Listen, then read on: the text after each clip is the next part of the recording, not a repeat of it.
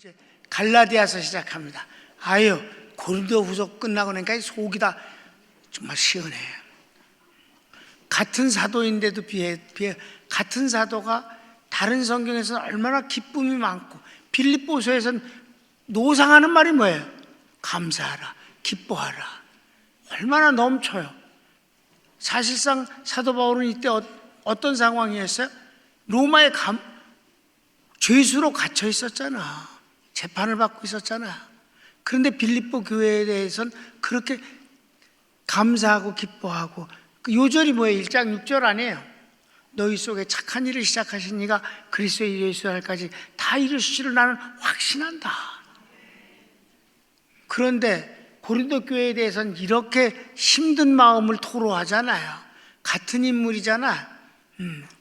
자, 갈라디아 교회에 대해서는 이제 물론 그 유대교의 율법주의자들에 대해서 아주 날카롭게 공격하는 면이 있지만은, 그래도 고린도서에서는 자기가 사도라는 걸 입증하기 위해서 변명하고 이런저런 많은 말을 하는데,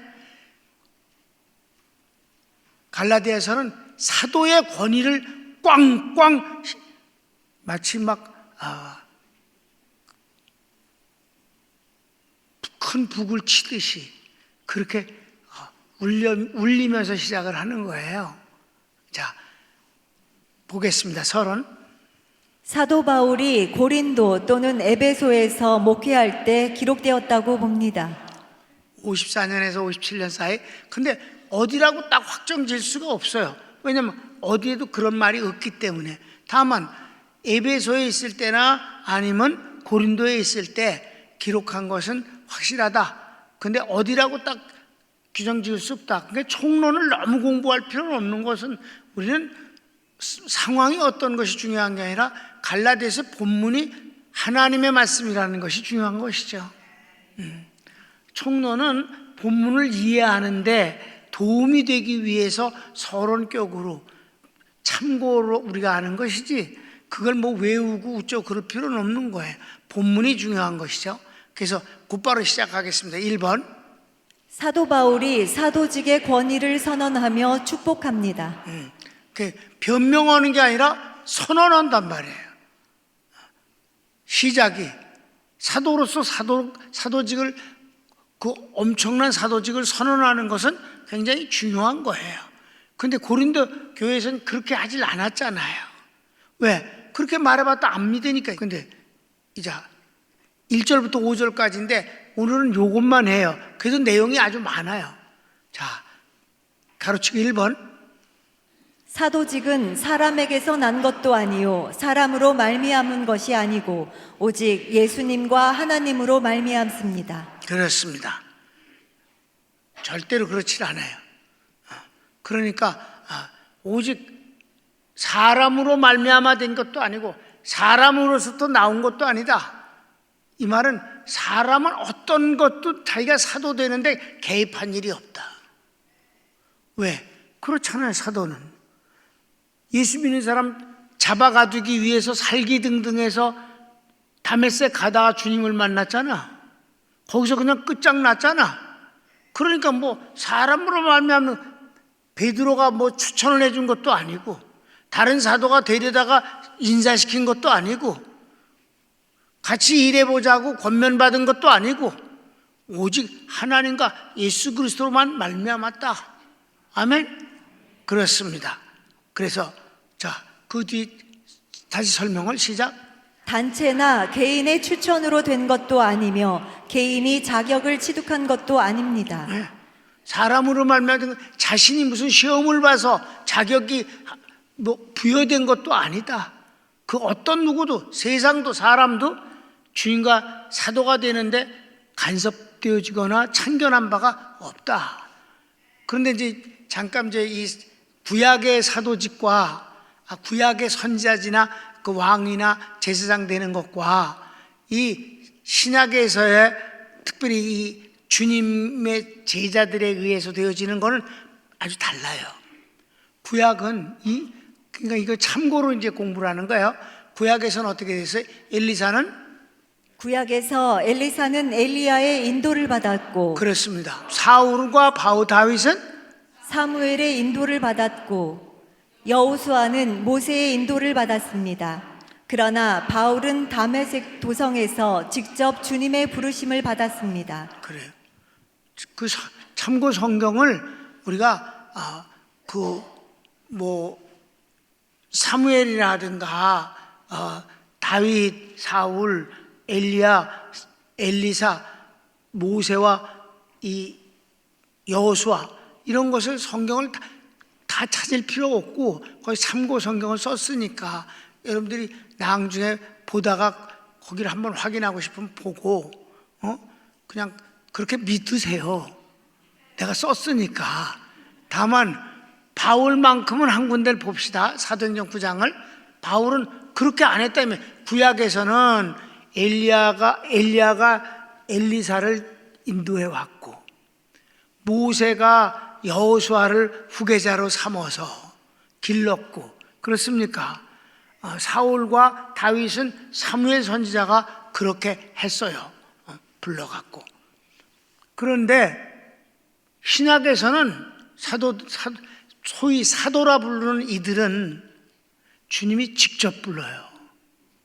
모두 다. 근데 12사도를 개인을 부르는 사건을 다 기록한 건 아니지만은 6명은 직접 부르는 장면을 성경에서 기록을 하고 있거든. 그러니까 먼저 바울이 하나님께 부르심을 받는 장면을 보면 시작. 사울이 길을 가다가 다메섹에 가까이 이르더니 호련히 하늘로부터 빛이 그를 둘러 비치는지라.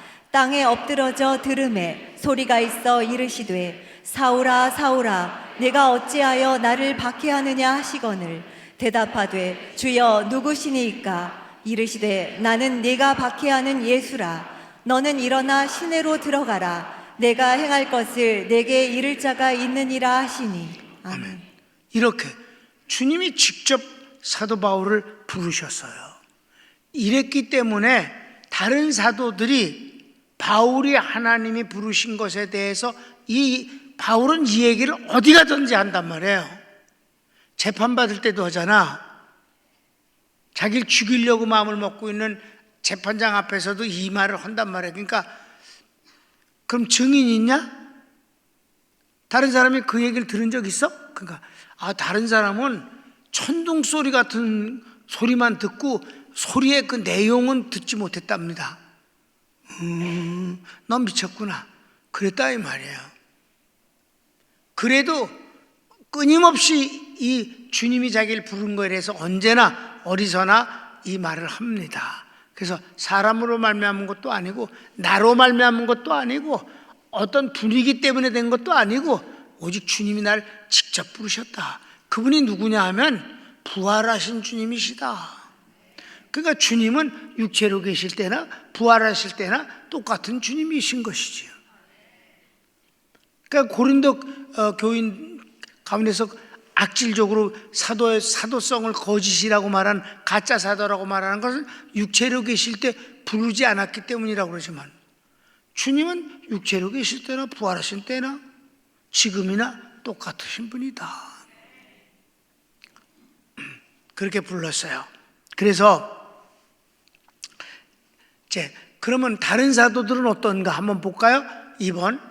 다른 사도들도 주님이 직접 부르셨습니다. 그렇습니다. 일찍이 그렇게 했다면 그러니까 다른 사도들도 주님이 부르셨기 때문에 사도 바울의 부르심에 부활하신 주님이 특별히 나타나서 이렇게 부르신 거에 대해서 저희들은 더 놀라움을 금할 수가 없었던 거예요. 육체로 계신 주님이 부르시는 건 인간 대 인간이니까 자연스럽잖아. 자, 어디 이 4명을 한꺼번에 부르시잖아. 베드로와 안드레 형제예요. 야고보와 사도 요한 이 4명을 거의 같은 시간대에 불러요. 같은 장소에서 어부로서 일을 했었거든. 자, 성경을 읽읍시다. 시작. 갈릴리 해변에 다니시다가 두 형제 곧 베드로라 하는 시몬과 그의 형제 안드레가 바다에 금을 던지는 것을 보시니 그들은 어부라. 말씀하시되 나를 따라오라. 내가 너희를 사람을 낚는 어부가 되게 하리라 하시니 그들이 곧 그물을 버려두고 예수를 따르니라.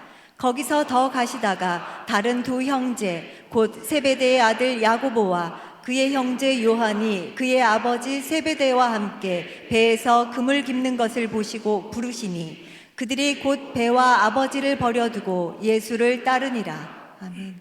여기 네 명이 제일 먼저 불려진 사람이 네 명이에요. 그 다음에 또 빌립과 나다나엘을 부르시는 장면이 또 나와요. 빌립과 나다나엘. 예, 요한복음입니다. 이튿날 예수께서 갈릴리로 나가려 하시다가 빌립을 만나 이르시되 나를 따르라 하시니 예수께서 나다나엘이 자기에게 오는 것을 보시고 그를 가리켜 이르시되 보라 이는 참으로 이스라엘 사람이라 그 속에 간사한 것이 없도다. 아멘. 이렇게 해서 부르시는 거예요. 그러니까 12사도 중에서 지금 6명 반을 부르시는 장면을 성경은 그 현장을 기록하고 있어요. 그렇다고 해서 6명을 부르실 때 그를 다 기록하는 건 아니잖아요. 그러면 어디 12사도를 어떻게 부르셨는가? 그럼 시작. 12사도의 택하심. 자, 누가복음을 보면 이때에 예수께서 기도하시러 산으로 가사 밤이 새도록 하나님께 기도하시고 밝음에 그 제자들을 부르사 그 중에서 12를 택하여 사도라 칭하셨으니 곧 베드로라고도 이름을 주신 시몬과 그의 동생 안드레와 야고보와 요한과 빌립과 바돌로메와 마테와 도마와 알페오의 아들 야고보와 셀롯이라는 시몬과 야고보의 아들 유다와 예수를 파는 자 될 가룟 유다라. 아멘. 12사들 주님이 밤새워 기도하시고 12를 택하신 거예요. 아멘. 그러니까 그 12사도들은 부르신 것은 다 부르셨고 사도로 따로 선택한 건 다시 기도하시고 그렇게 하신 것이다. 왜 이게 12사도가 중요하냐면 이들에 의해서, 물론 이들에 의해서 성경이 다 기록한 건 아니고 오히려 나중에 핍박하는 사도 바울이 신약 성경의 반을 기록했으니까 그렇지만은 이들이 하여튼 이들에 의해서 신약 성경이 계시됐다 이 말이에요. 그 점이 아주 중요한 점이죠. 왜냐하면 성경이 완성된 이후에는 더 이상 단 한 단어도 더하거나 뺄 수 없다고 말씀하셨으니까. 그러니까 근데 사도 시대가 사실은 이 사도 때 살아있을 동안에 성경이 완성된 건 아니에요. 397년에서야 오늘의 신약 성경이 정경으로 확정됐을 뿐입니다. 그러니까 참 오랫동안 성경 없이 기독교가 이렇게 살아가느라고 애썼어요. 그래서 그 말씀을 전할 사도들이 다 죽고 그러니까 그냥 유전으로 전해진 거, 전대 그런 것으로 갖고 이렇게 교회가 지도자가 이렇게 했으니까 참 힘들었고 어려운 거죠. 그러니까 기독교가 나중에는 막 변질이 되어지고 그런 건 아니겠습니까? 그래도 성경이 완성된 뒤부터 이렇게 말씀이 확정된 이후 교회가 교회답게 된 것은 축복이에요. 여러분, 그래서 우리가 이렇게 성령 시대에 사는 것과 성경이 완성되어진 이때에 사는 것이 너무 복인 거예요, 여러분. 그리고 옛날에는 이런 책으로 인쇄된 게 아니고 두루마리잖아. 성경 보기가 얼마나 힘들었겠어. 정말 이따만한 두루마리 하나가 그냥 성경 한 권인데, 왜냐면 붓으로 다 썼으니까. 이렇게 신약 시대 때의 그 주의 종은 주님이 직접 부르시는 것이다. 그 부르심의 방법은 각양각색이지만 아무튼 주님이 소명을 하시는 거예요. 그 크레토스, 이게 중요한 거지. 주님이 부르시는 사람이 주의 일을 하게 되지, 부르지도 않았는데 스스로가 자원하는 건 아니다. 그건 안 된다. 여러분, 담임 목사가 이 세상에 제일 좋은 건 이렇게 복음 전하는 게 제일 좋아. 제일 좋은 거야. 설교만 앞두면 몸살이 나고 그러면 그거 어려워. 그건 어려워. 좋은 걸 해야 결과도 좋고 과정도 좋은 것 같아. 근데 그게 바로 소명이라는 것에서부터 시작된다는 거지. 소명을 받으면 성령님이 그걸 그렇게 하도록 도와주시는 거예요.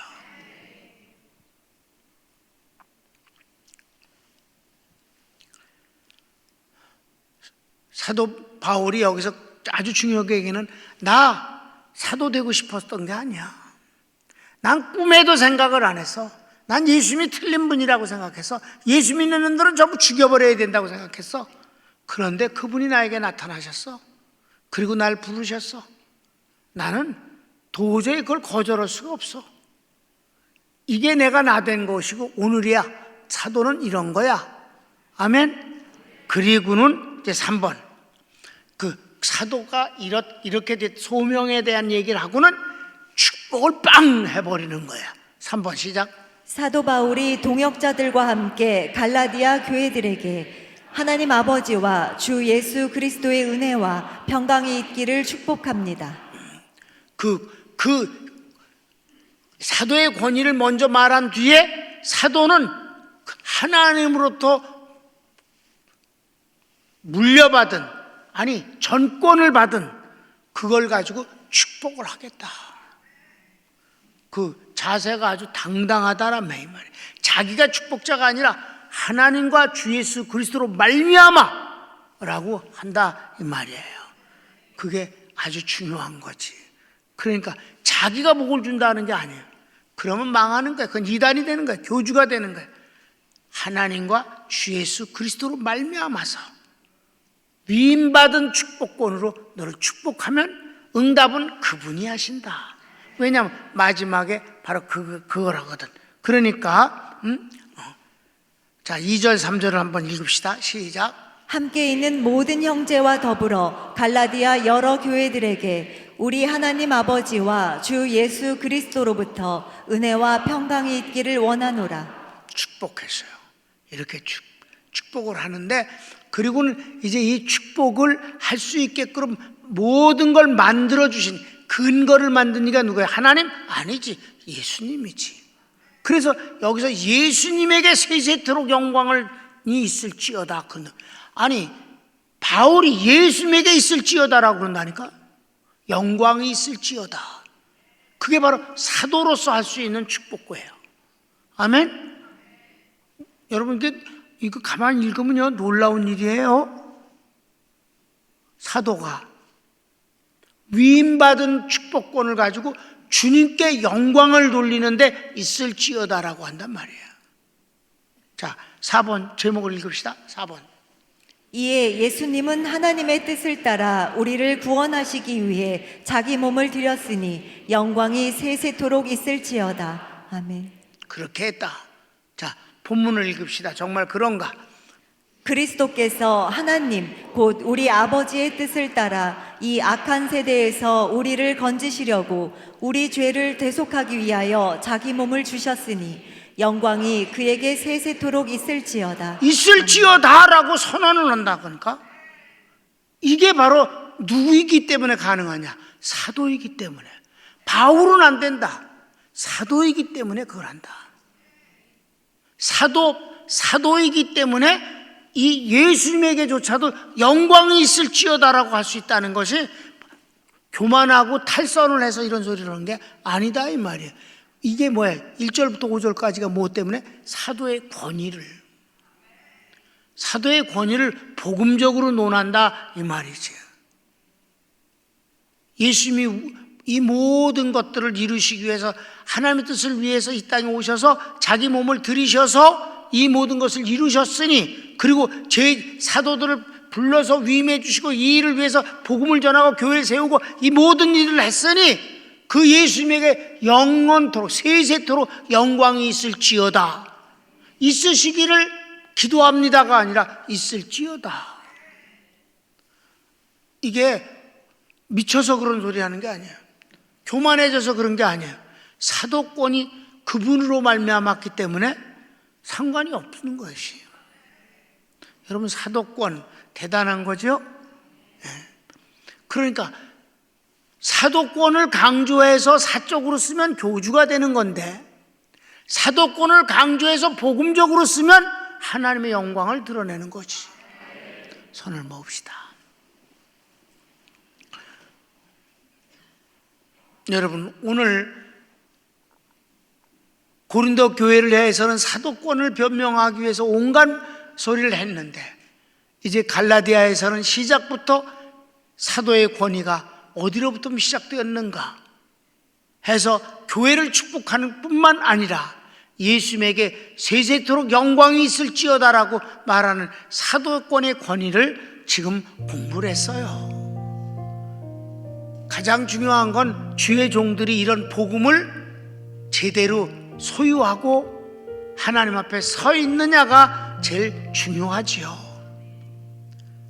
그런 사도가 하나님의 복음을 성령으로 말미암아 전하고 축복을 한다면 하나님은 반드시 역사하시고 응답하신다는 놀라운 축복입니다. 다 같이 주여 한번 부르기도 합시다. 주여.